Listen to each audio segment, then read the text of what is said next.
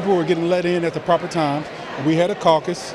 And the people voted for us slated candidates to represent them. It's one thing to win, but let's do it properly and let the people really have a voice. The people's voice was taken today. Tiffany Henyard, the self-proclaimed supermayor of Dolton, Illinois, and Thornton Township Supervisor, has become a lightning rod for controversy, captivating headlines with a mix of shocking allegations, dramatic accusations, and a lifestyle that seems more fitting for a Hollywood diva than a small-town official. From FBI investigations to wild public outbursts, Tiffany's story could easily be mistaken for the script of a political thriller. But what's really going on behind the scenes? Is she the victim of a political witch hunt, or are her critics right to question her leadership and financial dealings? Let's dive into the unbelievable saga of a mayor who has everyone talking. Village board meetings, one held at Village Hall, one held at a park district, and now there's a lawsuit, and I talked to the attorneys for both sides. First, let's set the stage. Tiffany isn't your average politician. Not only does she hold the mayor's seat in Dolton, a small suburb south of Chicago, but she's also the township supervisor for Thornton, a role that puts her in charge of managing community resources and services. Combined, these positions bring in an annual salary of more than $200,000, a number that has raised eyebrows among her constituents, many of whom live on a fraction of that income. While some see her as a hardworking leader, juggling two demanding roles, others claim this dual power grab has created chaos, confusion, and most damning of all, corruption. Last month, a judge issued a temporary restraining order blocking her from making those appointments without approval from trustees.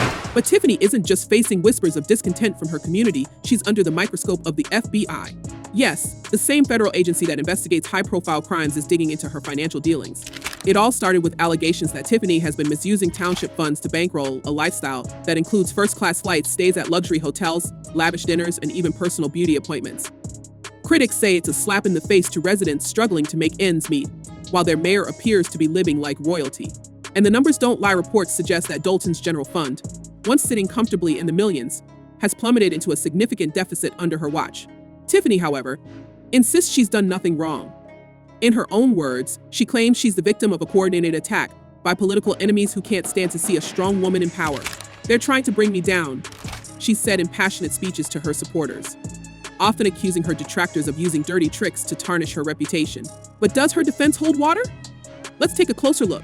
For months, there is a new legal battle brewing in Dolton between the mayor and some village trustees. As Regina Waldrop explains, it has a lot to do with two meetings held earlier this week. One of the major flashpoints in Tiffany's saga is her use of township credit cards.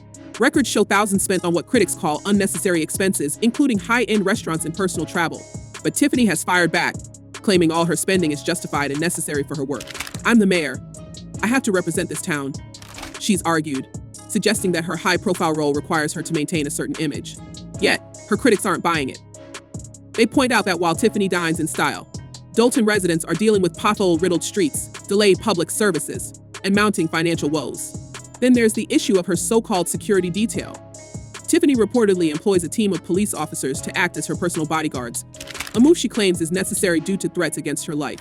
"It's in my contract," she said repeatedly, referencing the collective bargaining agreement that allows her to have protection. But detractors argue it's an excuse to misuse public resources. They note that these officers, instead of patrolling the streets and ensuring public safety, are often seen accompanying her on trips and errands. For a town with a population of just over 20,000, the optics of this arrangement are, to say the least, troubling. We believe strongly that that meeting was improperly called and improperly held. The residents of Dolton. But the controversy surrounding her security detail doesn't stop at its cost or perceived misuse. Critics argue that Tiffany's heavy reliance on police officers for her personal protection has created a culture of fear in Dolton. Business owners and local activists have come forward claiming that the same officers meant to protect the public are being deployed to intimidate political opponents. One local entrepreneur alleged that after refusing to donate to a civic event tied to Tiffany's administration, his business was raided by police under questionable circumstances. "It felt like retaliation, plain and simple," he said, echoing the sentiments of several other business owners who claim to have faced similar harassment. But you don't even have a sense to even look in our face. But you rather just steal our money and do what you want to do. Tiffany, of course, denies any wrongdoing and insists the allegations are baseless. "I'm here to protect the people," she has said in response to the claims, adding that threats against her life justify every measure she's taken. But the line between protection and the misuse of power is becoming increasingly blurred. Residents are left wondering whether their taxpayer dollars are funding safety or intimidation. Questions about her security detail also circle back to Dolton's dire financial state. Reports suggest that the village spends hundreds of thousands annually on overtime for officers assigned to Tiffany's protective unit. Some officers have reportedly earned more in overtime pay than their base salaries, further draining the already struggling budget. Critics argue this could explain why Dolton has been unable to invest in other crucial areas, such as infrastructure and public services. How can we fix our roads or improve schools when so much of the budget is going toward her personal needs? One resident asked at a recent town hall. Well, for the first time in many weeks, Dolton trustees and Mayor Tiffany Henyard held a public meeting together, but not at Village Hall. Despite the criticism, Tiffany remains defiant, often brushing off concerns as politically motivated attacks. But as more details about her security spending come to light, it's clear that this issue won't go away anytime soon. It's become a symbol of broader concerns about her leadership, raising questions about whether she's truly prioritizing the needs of the community or just her own. For a town like Dolton, where every dollar matters, the stakes couldn't be higher. Thornton Township Supervisor Tiffany Henyard, who was appointed to that position tonight, lost her bid for the Democratic Party's nomination in this rarely used. And if you thought this story couldn't get more dramatic, think again. Tiffany recently lost her bid to remain on the ballot for re-election as Thornton Township Supervisor, a position she was appointed to after the previous supervisor passed away. Her failure to meet the requirements for a full slate of candidates disqualified her, and the Democratic Party instead nominated State Senator Napoleon Harris. This decision sparked outrage from Tiffany, who accused Harris and his team of manipulating the process to shut her out. This is illegal, she declared during a heated confrontation after the caucus. The fallout from the caucus was nothing short of chaotic. Tiffany's supporters, many of whom had been bused to the event, claimed they were unfairly locked out of the venue and prevented from voting. Videos of the event show a visibly angry Tiffany storming out while a crowd mocked her by singing a taunting farewell song. Despite the setback, she's vowed to fight on, promising to file lawsuits and even suggesting she might run as a write-in candidate. The show will go on, she told her supporters, maintaining confidence that her name recognition alone could secure her victory. When I first looked at it, I thought, what is she running for now? Because that's what it shouts out. But Tiffany's troubles don't end there.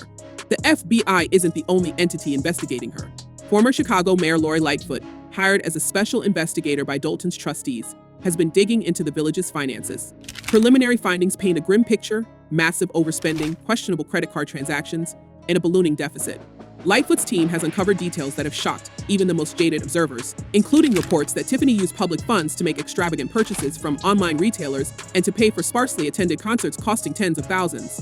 The scrutiny has only fueled Tiffany's defiance. She's taken to social media to rally her base, portraying herself as a victim of systemic racism. They don't want to see a black woman succeed, she said, often framing the criticism against her as a personal attack rather than a legitimate concern about her leadership.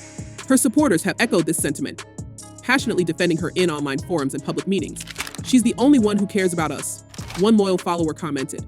But not everyone is convinced. It's amazing she isn't in handcuffs yet, another wrote, reflecting the growing frustration among those who feel Tiffany's actions have gone unchecked for too long. Henyard says she is endorsing a new board, but not announcing who they are just yet, instead promising to name them later this month. Henyard is under investigation by the FBI. The divide in public opinion is stark. On one hand, Tiffany's supporters credit her with bringing attention to Dolton and fighting for underprivileged residents. On the other, her critics see her as a symbol of everything wrong with small-town politics, a leader more focused on self-promotion than serving the community. And with the FBI continuing its investigation, the stakes couldn't be higher.